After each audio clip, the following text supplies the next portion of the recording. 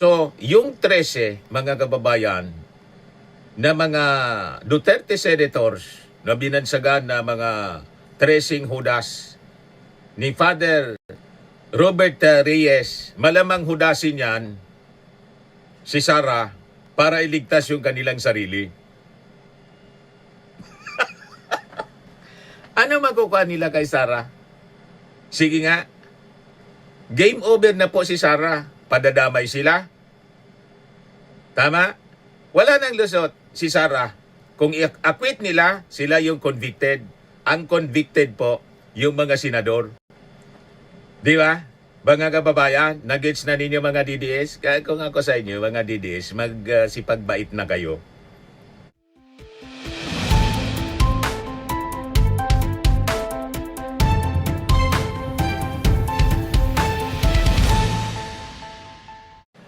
Hello po mga kababayan, si Dante Maravillas.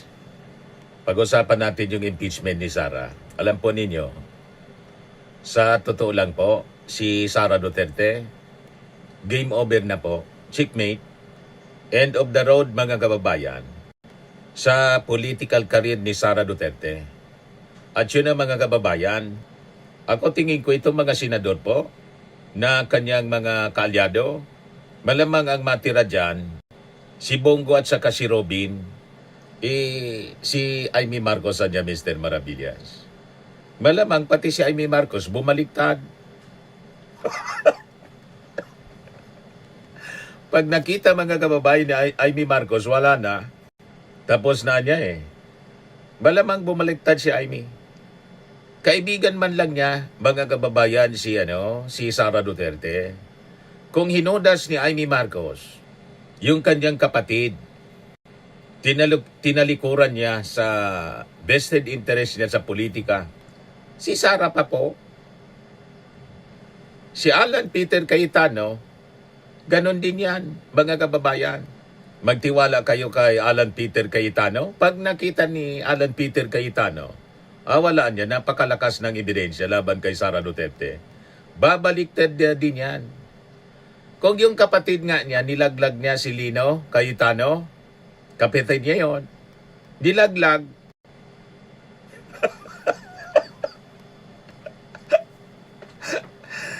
Si Sara Duterte pa, mga kababayan, sabi ko sa inyo, this is the end of the road for Sara Duterte.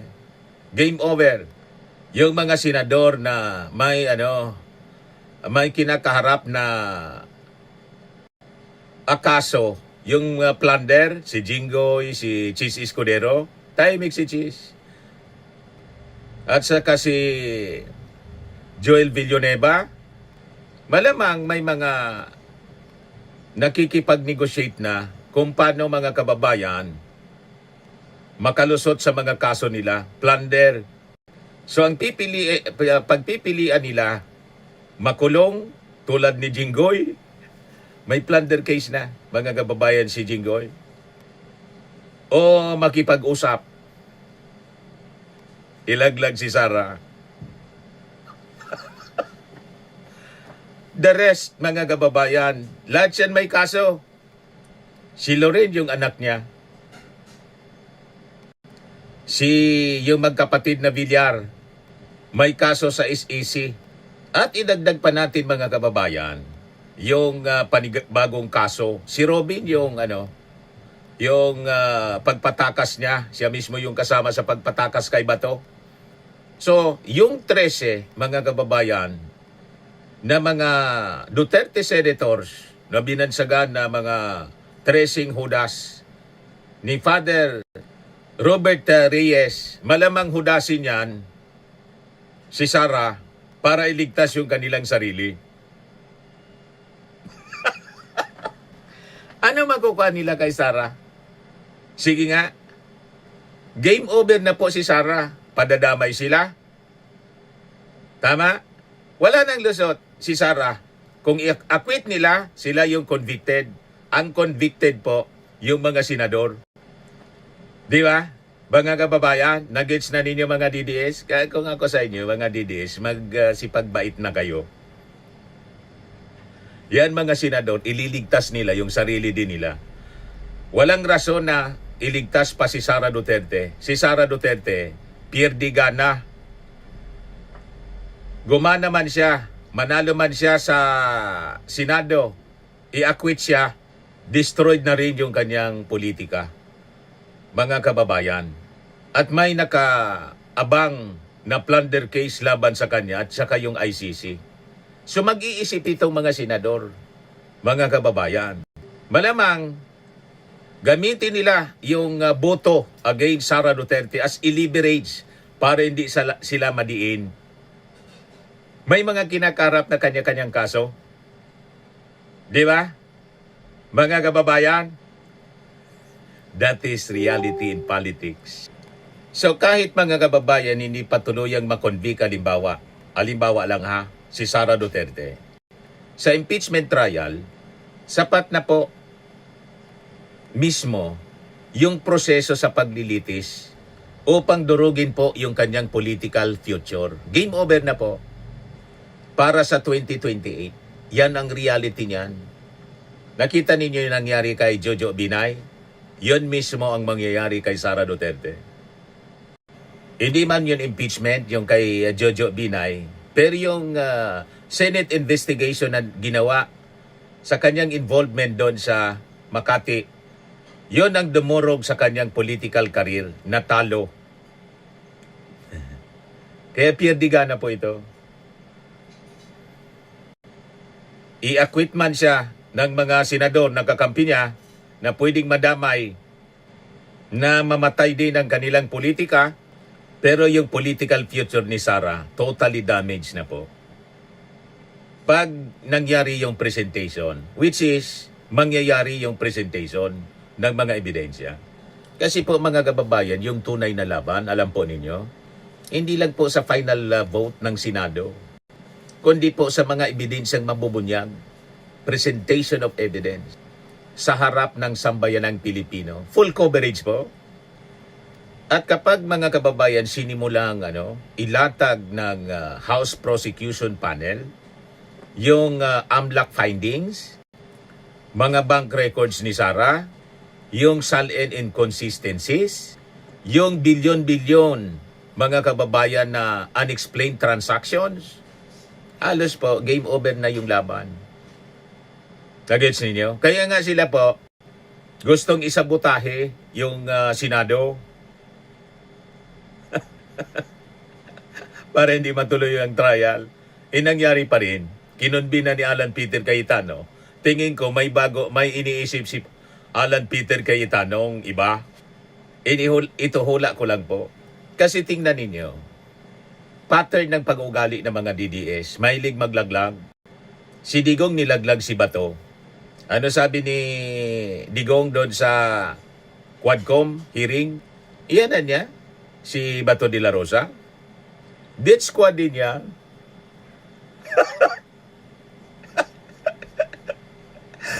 O, di ba?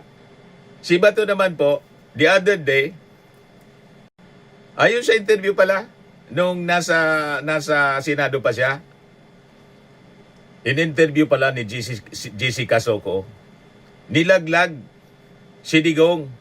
Di ba? Sabi ni Bato, nag-isipan niya ako, nagbago na yung aking posisyon na samahan si Digong. Kasi sabi niya ni Digong, ni Tatay Digong, okay siya na solo. Ako naman hindi man magpipresidente. At hindi man niya kami magkikita. Separate yung selda namin. Kaya siya nagtago. Tumakas. O diba, malinaw na nilaglag niya. Loyal lieutenant si Bato de la Rosa. Nagawa niyang ilaglag si Digong. Nagawa niyang talikuran mga kababayan. Si Digong. Si Alan Peter Cayetano pa, natuso. Si Alan Peter Cayetano, tinalikuran niya, kapatid niya si Lino. Iba yung sinuport. Anong rason? Siyempre, nag-ambisyon din sa top position, maging presidente someday. At vice-presidente. Kung sad-sad na ang ratings ni Sara, sirang-sira na dahil sa presentation ng mga ebidensya, tatalikod yan bigla siya, biglang yan, babaliktad si Alan Peter Cayetano. Para pagkakataon niya ito magbida-bida, na despite kaalyado siya, yun ang nababasa ko sa mga statements niya. Ginawa na niya ngayon yung tama kasi nakita yung ebidensya, napakalakas. Malamang mauna pang bumoto for conviction. Di hero siya.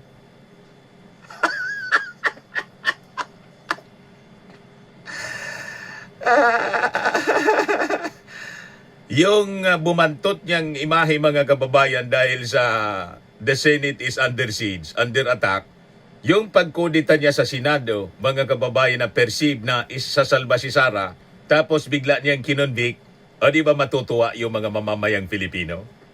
Talaga niya impartial itong si Alan Peter Cayetano. Bida siya. Sakripisyo si Sara. Kasi anyway, napakalakas ng ebidensya. So gawin na natin yung tama. Nagets ninyo? Game over ito, mga kababayan, sa tingin ko lang. At kahit pa, i-acquit nila, game over pa rin mga kababayan. Pag naipresenta yung mga lalakas na ebidensya laban kay Sara Duterte. So totally destroyed yung kanyang future political career. Hindi po itong simpleng political attack, baka yun ang iniisip ninyo. Propaganda. This is reality. Kasi po, ito po ay usapin ng unexplained wealth, posibleng money laundering, maling paggamit na confidential funds, hidden financial transactions na mabubunyag, mapapatunayan, at saka yung sistematikong korupsyon, mabibilad mga kababayan. Kaya sa tingin natin mga kababayan, kahit pa magkaroon ng political maneuvering sa Senado, ang reputasyon po ni Sara Duterte ay maaaring hindi na po makabangon. Bakit po? Dahil sa pagkakataong ito, hindi na po puro propaganda yung kakaharapin niya. Mga mga bank records at mga dokumento na. Kaya kahit po manalo pa sila sa Senado, sa boto, na-acquit si Sara, panalo pa rin yung mga mamamayang Pilipino. Dahil nabunyag yung katotohanan. At yun mga kababayan ang tatama. Guguho mga kababayan, sigurado, ang political future ni Sara Duterte, yung kanyang ambisyon para sa 2028 election. Maraming senador ang maaring magkaroon po ng political bias. Alliance o takot sa Duterte political machinery. Ngunit mga kababayan, kahit ano pa yung final vote, yung impeachment trial mismo ay siyang magiging political disaster po para kay Sara Duterte. Para siyang hahampas na tulad ng malakas na hangin ng super typhoon Yolanda. Tama po? Bakit po? Kasi po yung impeachment trial, yung impeachment court, magiging siya pong pambansang intablado. Nakatutok yung lahat niyan ng financial disclosures, mga mabibigat na testimonya, mga documentary evidence, AMLAC findings, audit trails, at yung confidential fund anomalies. So habang tumatagal yung trial, mas lalong lumalalim yung public exposure niya. Mahuhubaran ng tuluyan si Sara Duterte. Guguho yung manufactured image ni Sara Duterte na siya ay isang simpleng leader, simpleng tao na kumakain ng fishball, tusok-tusok. Siya pala, mga kababayan, ay nagkukunwari lang, nagpapanggap. Yun pala, multi-billionaire siya. Guguho yung kanyang imahe. Mga kababayan na ipinaniwala niya sa atin. At hindi na siya pwedeng umiwas dito, magtago o mag-no-show tulad ng ginawa niya sa Congress. Obligado na po siyang humarap. Pinasumpena na po ni Alan Peter Cayetano, kaalyado niya. Pinasumpena na. At malamang ngayon, naglalaro na sa isip ni Alan Peter Cayetano. Pag alanganin na niya, alangan man, isugal ko yung politika ko. Baliktad ako. Conviction.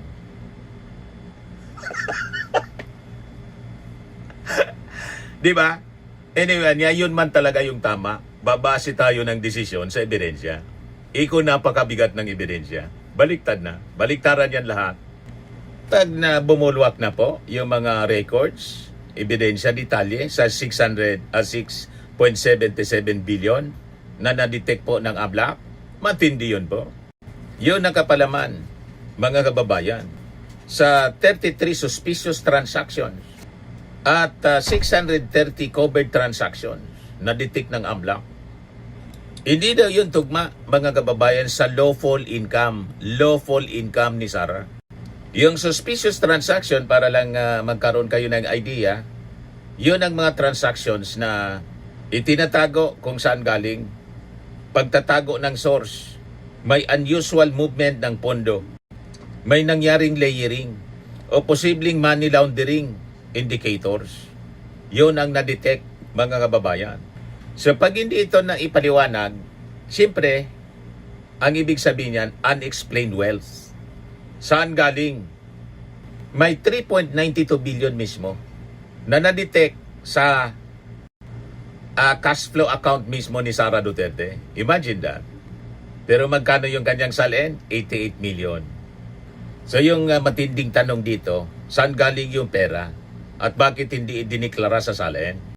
Kapag humingi na po ng bank records yung prosecution, game over na para kay Sara. Iyan ang sinasabi natin.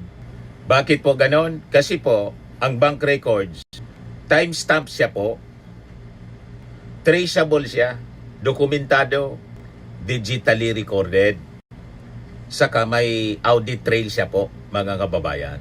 So kapag lumabas na yung source of funds, transfer of patterns, or transfer patterns, yung galaw ng pera at inconsistencies, masisira po yung political shield na matagal nang bumabalot kay Sara Duterte. Magigiba yun lahat.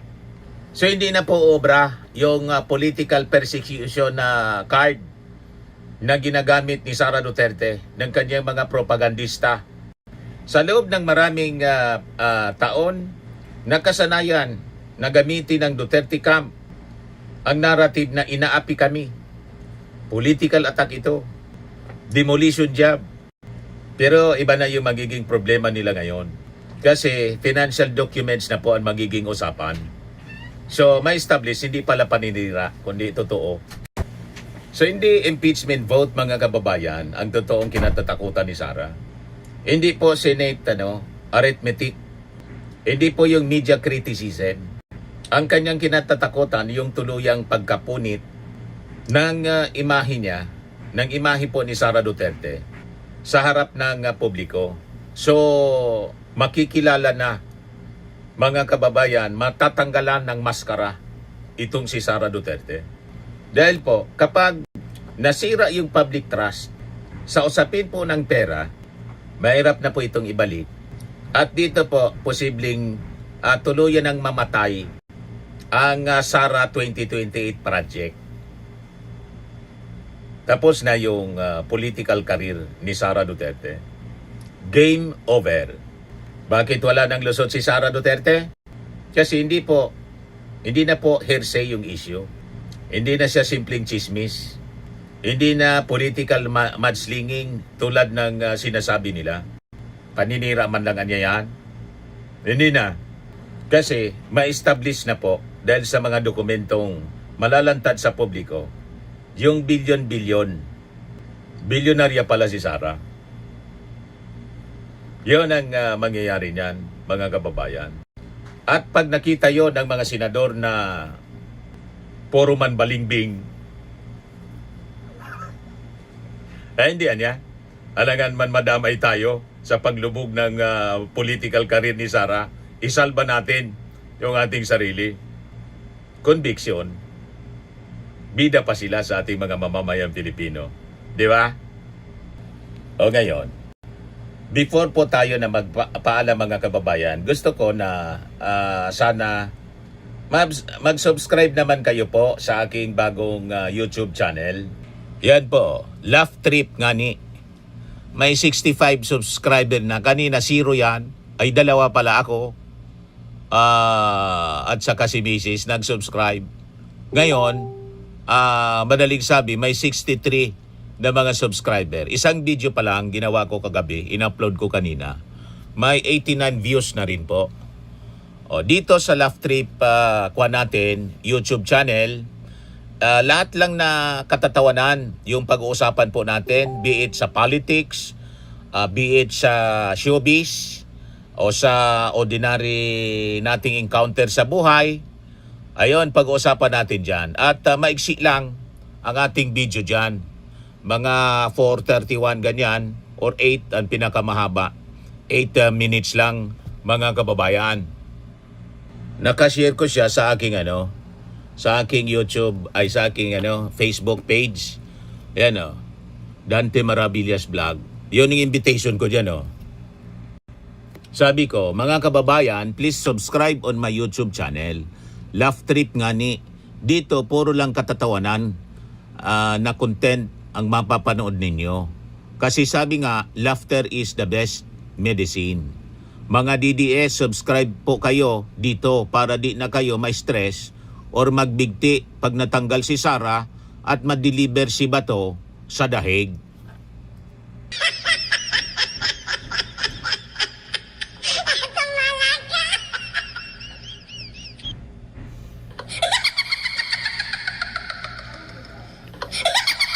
Para hindi kayo may stress. Di ba? No. Baka magbigti kayo pag pag po, na-deliver si Bato, natanggal si Sara sa pagka-vice presidente. Magtawanan na lang po tayo.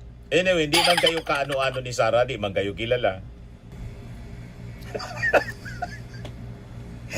Loko ka niya talaga, Mr. Maravillas. So mag-subscribe kayo mga DDS para libangin ko kayo. Di ba? Ayos? Ayusan niya, Mr. Maravillas. Sa mga naghanap ng malinis and spacious fitness gym, pumunta lang po kayo sa aming Colossal Fitness Gym. We also offer Grab Car Rental with our brand new 2023 model ng Toyota Innova. We also accept booking for those who are planning to travel via PAL, Cebu Pacific, and other airline companies, local and international, and bills payment for Meralco Bills, PLDT, Aleco Bills, etc. Ang Colossal Fitness Gym is located at 3rd floor Security Bank Building, Landco Business Park, Legazpi City, Albay. For inquiries, look for Chilon Maravillas. Contact number 0966-802-0949. Yan yung aming Innova. Lagi na pong matao sa amin. Pati mga foreigners po, tingnan ninyo. Mga British tourists sila. Ang lalaki ng katawan mga kababayan, nag-gym sa amin. Ito naman po, Indian National. Ito mga mga European sila. Ito naman yung bago naming product na binibenta online, Eye Glow Serum. Whitening po siya galing sa South Korea. Tingnan ninyo yung epekto sa aking anak na architect entrepreneur, Riz Maravillas. For inquiries, look for Riz Maravillas on FB. Ito naman po, Fairmax Firming and Lifting Cream, pinapahid sa mga pulses in other affected area. Mainam po sa mga pains at paninigas ng mga kasukasuan. Ito po, Automax Radiant Serum. Sa mukha naman yung application. Anti-aging po siya. You will look 10 years younger than your age. Ito naman po yung bagong product naming binibenta online. I am worldwide amazing pure organic barley. Powdered drink mix from Australia. Mainam po ito sa mga cancer patients tulad nitong si Yoli Tan, ovarian cancer survivor. Sabi niya, barley did not just save my life, it gave me a new life. In 2019, Yoli faced the fight of their life. Through surgery and harsh chemotherapy, I am worldwide amazing pure organic barley became her source of strength. It boosted her immune system when she needed it most and gave her the energy to keep going. 100% organic siya po, immune system booster trusted by survivors. For your inquiries and orders, dumiretso na lang kayo sa aking anak na architect entrepreneur, Riz Maravillas. Sa mga mahilig naman po sa mga imported bags and wallets, dumiretso na lang kayo kay Ma'am Eileen Rosales. Eileen Closet, nakabase siya po sa Amerika. Ito yung live streaming niya. Live selling, Eileen Closet. Every Sunday po, 7